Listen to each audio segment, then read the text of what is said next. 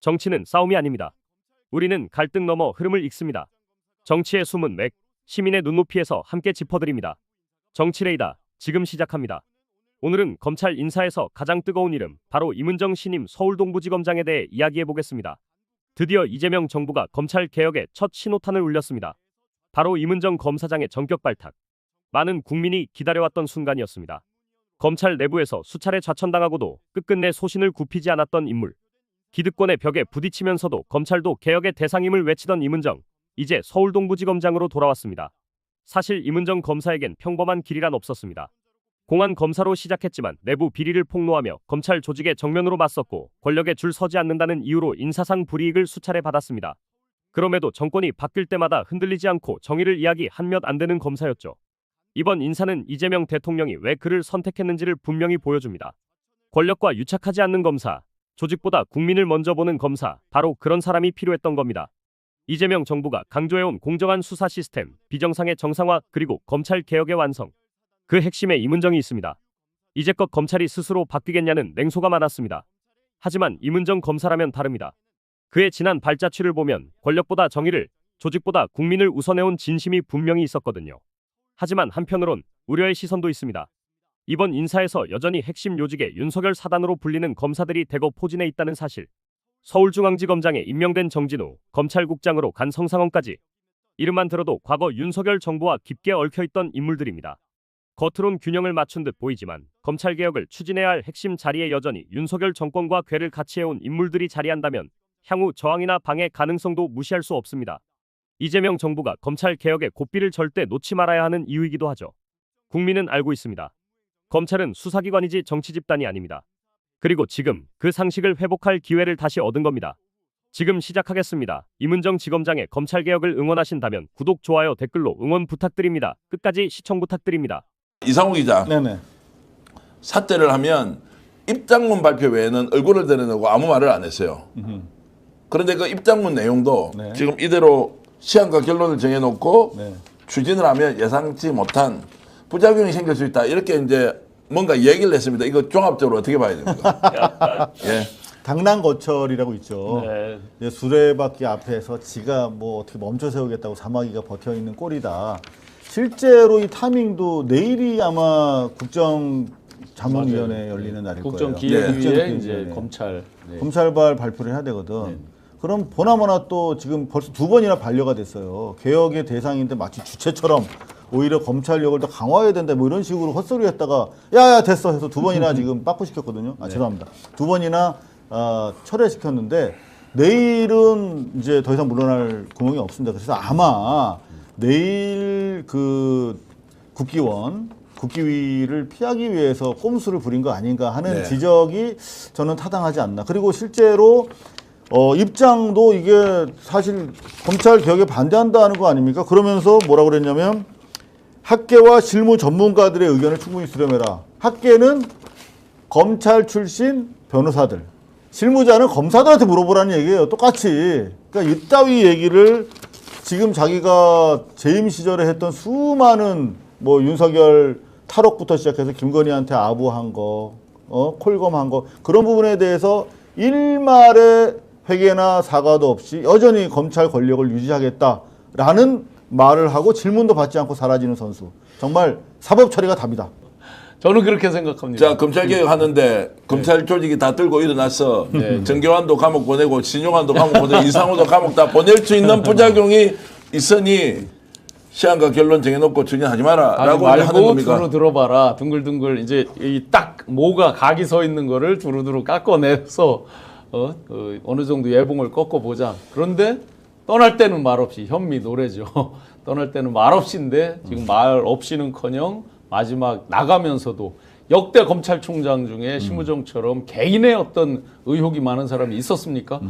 조사 과정에서 어떤 무리수가 있다 이런 거 있었고 여러 가지 역사적 사건에서 좀 감당하기 어려운 정도의 어떤 외부적인 환경 이런 게 있는 경우가 있었지만 지금 이 사람처럼 자기 개인의 문제, 뭐 인천지검장 할 때 뭐를 했다, 뭐 딸 문제. 자녀가 어떻게 했다. 그런데 그보다 가장 결정적인 걸 비아폰 어떻게 해석을 할 거예요? 뭘로? 자, 그러면 저 정도 얘기를 할 것 같으면 차라리 당당하게 기자들 앞에 서서 종이 쪼가리로 입장문 내지 말고 논쟁하자 이거 잘못되었다라고 하는 그 용기는 왜 없습니까? 방금 말씀하셨잖아요. 신 교수님이 자기 일신상에 관련된 문제에 대해서 질문을 받았을 때 답변할 수가 없는 거예요. 그런데 뭔가 이렇게 액션은 취해야 될 것 같고 그러니까 쪼가리 던져놓고 도망간 거죠. 그런데 오늘 저희들이 들었던 소식 중에 가장 기쁜 소식 하나 있었죠. 바로 임원정 대전고검의 부장 검사가 서울 동부지검장으로 발령이 났습니다.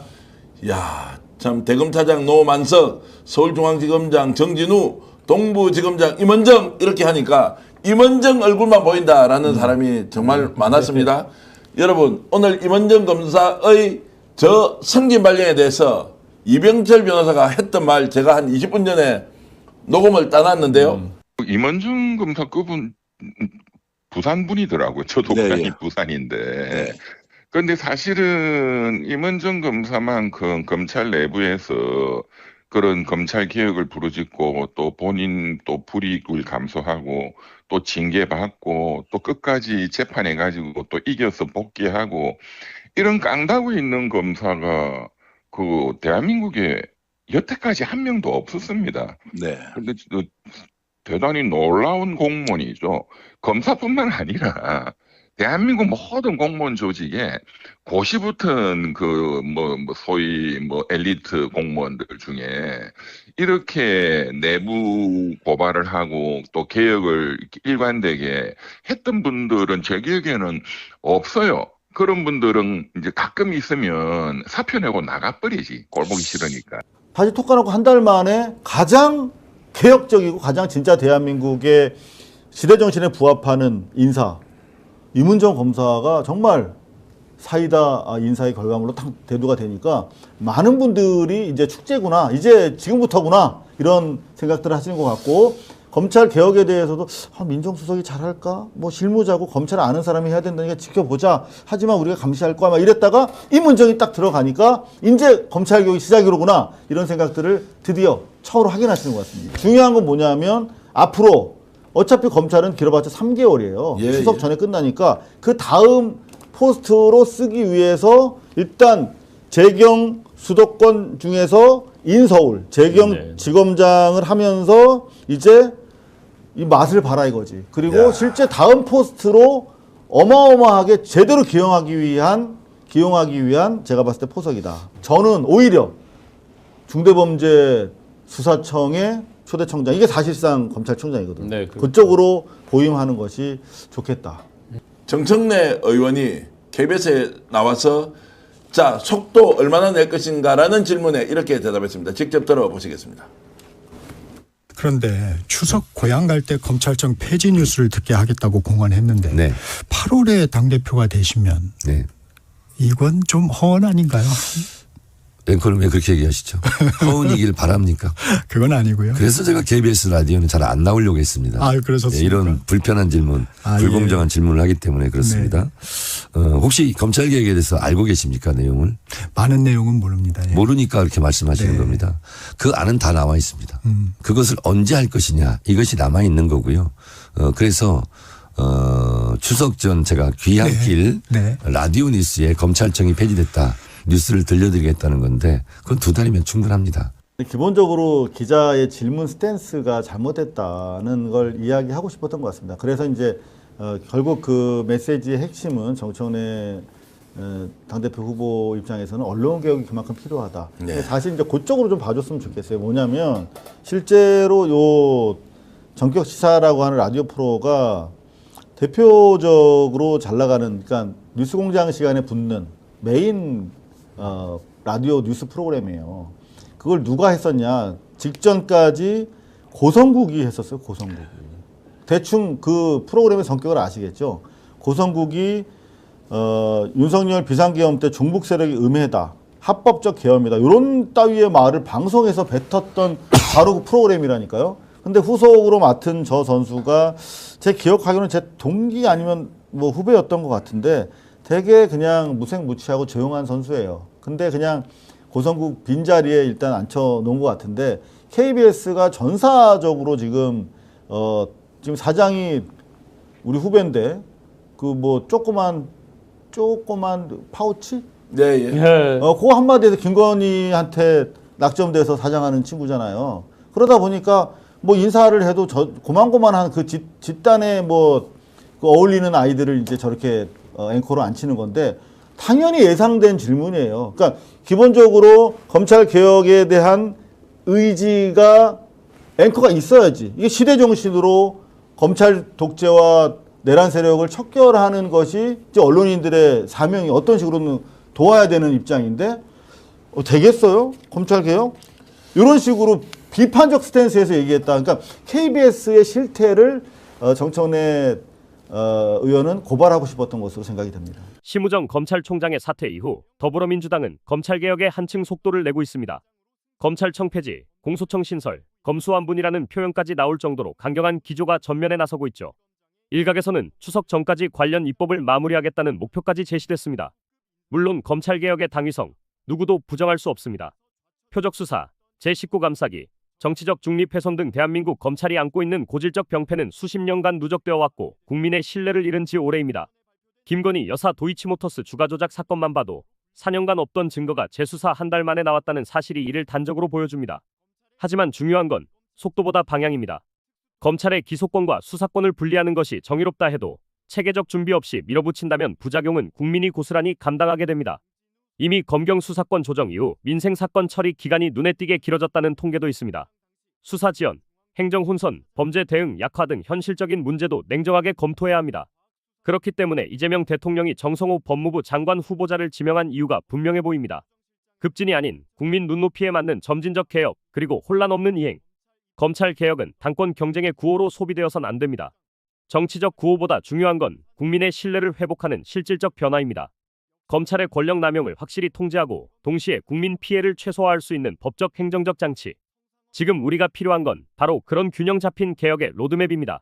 이제 검찰 고위직의 그 빈자리들이 이제 또 새로운 얼굴들이 막 들어갔죠? 네. 누구입니까? 자, 보여주시죠, 바로. 네. 네, 대검검사급 신규 보임에 최지석 법무부 기획조정실장으로 임명이 됐고요. 네. 이 나머지 두 분이 지금 가장 핫한 인물인 것 같아요. 이문정, 김태훈. 네, 이문정 전 대전지검 이제 부부장 검사가 네. 서울 동부지검장으로 동부지검장으로. 파격 승진입니다, 이거는. 네, 차장 안 거치고 바로 검사장이 된 건데 네. 그것도 이제 지방이 아닌 서울 동부지검.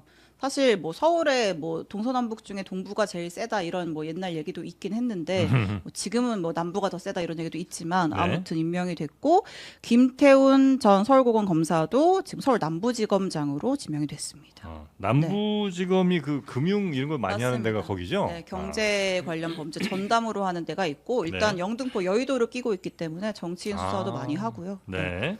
하여튼 이문정, 김태훈 이 네. 사람들이 좀 주목받는 네. 사람들이고 혹시 이 사람들로 보면 어떻게 검찰 좀 꾸리겠다 뭐 이런 느낌이 좀 옵니까? 잘 모르겠어요. 검찰 인사는 아 그래요?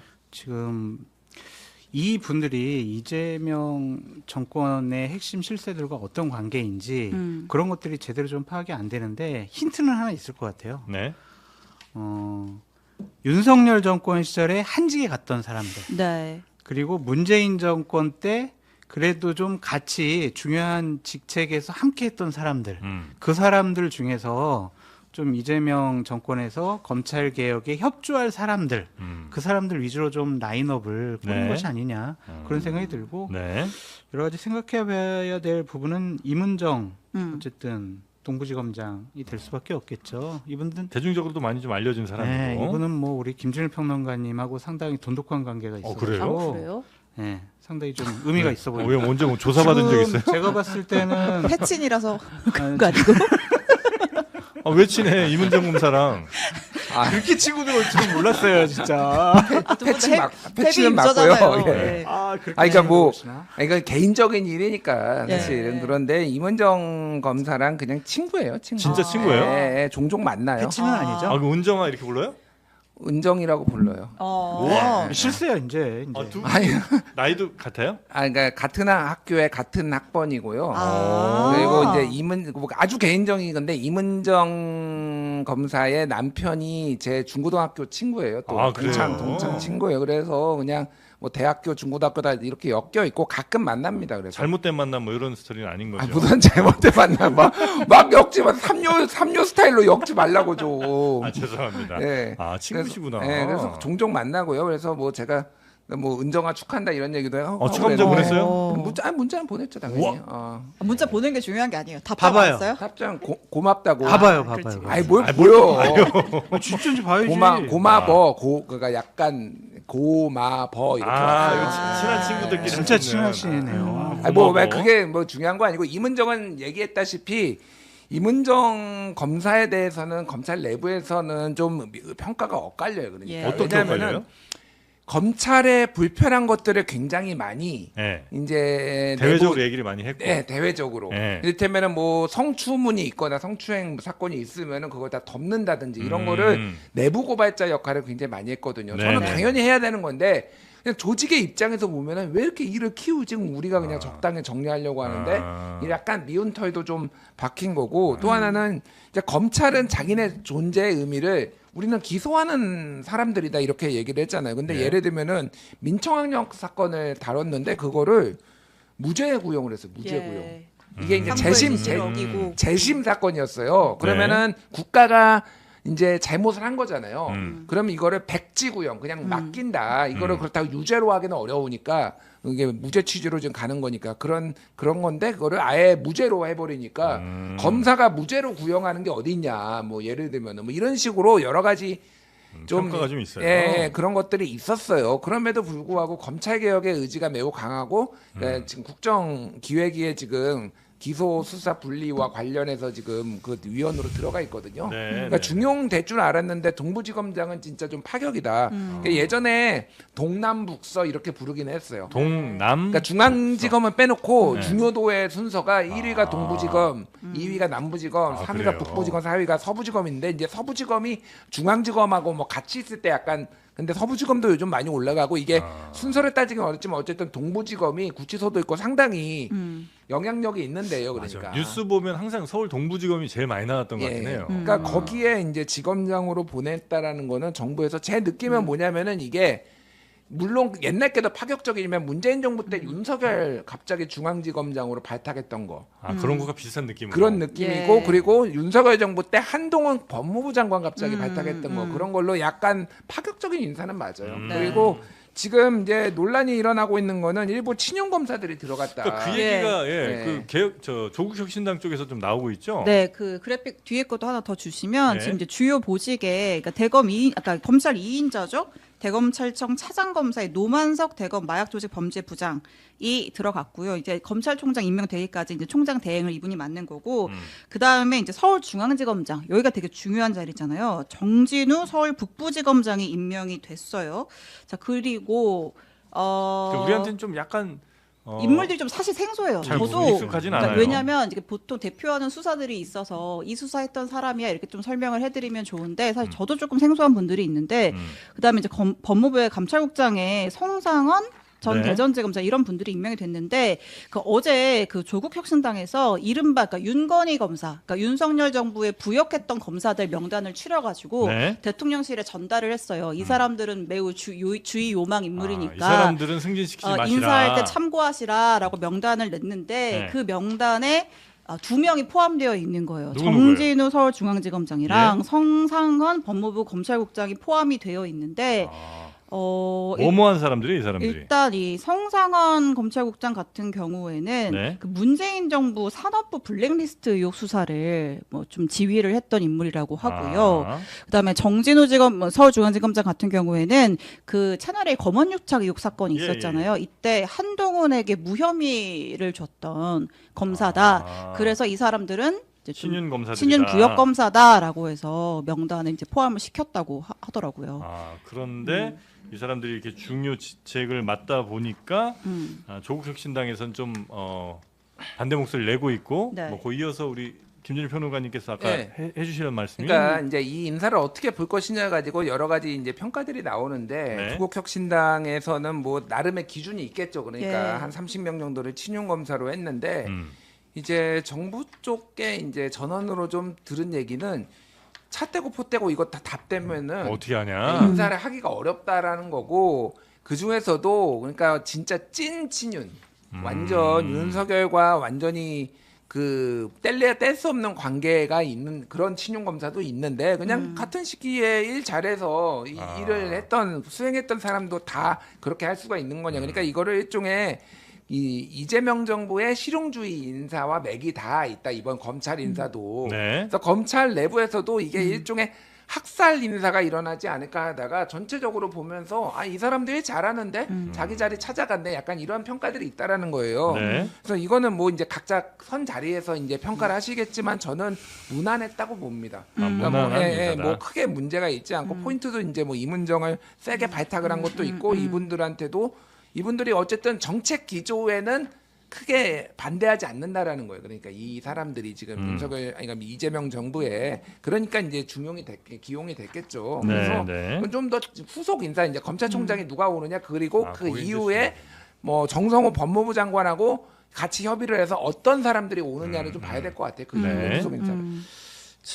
차분하게 국민들의 눈높이에 맞춘 그런 검찰 개혁이라든가 또 사법 체계의 변화 이런 것을 고민해야 될 입장이었기 때문에 굉장히 신중하게 또 차분하게 또 고민하고 준비하겠습니다. 검찰 조직의 해체라든가 이런 표현은 적절하지 않은 것 같고요. 네, 요거에 대해서는 또 민주당 쪽 강한 개혁을 원하는 그런 지지자분들은 또 불만이 좀 있으신 것 같더라고요. 예. 네, 지금 이렇게 굉장히 강하게 또 권력이 이렇게 많이 살아있을 때 확실하게 좀 밀어야 되는데 너무 좀 의지가 약한 거 아니냐 이런 얘기들도 좀 나오고 있던데 요것도 역시 뭐 실용주의 관점으로 보이십니까? 그렇게 봐야죠. 네. 그러니까 개혁은 신념과 고집만 의지만으로 안 돼요. 결국엔 개혁은 법을 고치고 제도를 개혁을 하고 사람들을 동참을 시키고 사회적인 합의를 이끌어내고 그리고 야당과의 대화 타협을 통해서 지속 가능한 제도를 만드는 것이 개혁의 지름길이다라고 좀 생각이 듭니다. 그래서 정성호 신임 법무부 장관 후보자께서 아주 현명한 말씀을 하신 거 아니냐 그런 생각이 드네요. 네. 오늘도 정치의 표면 넘어 흐름을 함께 따라가 주셔서 감사합니다. 정치는 이기는 게임이 아닌 이해의 과정입니다. 정치레이더는 앞으로도 정쟁보다 방향을, 갈등보다 본질을 짚겠습니다. 좋아요와 구독, 알림 설정으로 함께 해주세요. 더 좋은 컨텐츠와 정치를 정치레이더에서 정확하게 해석하겠습니다. 감사합니다.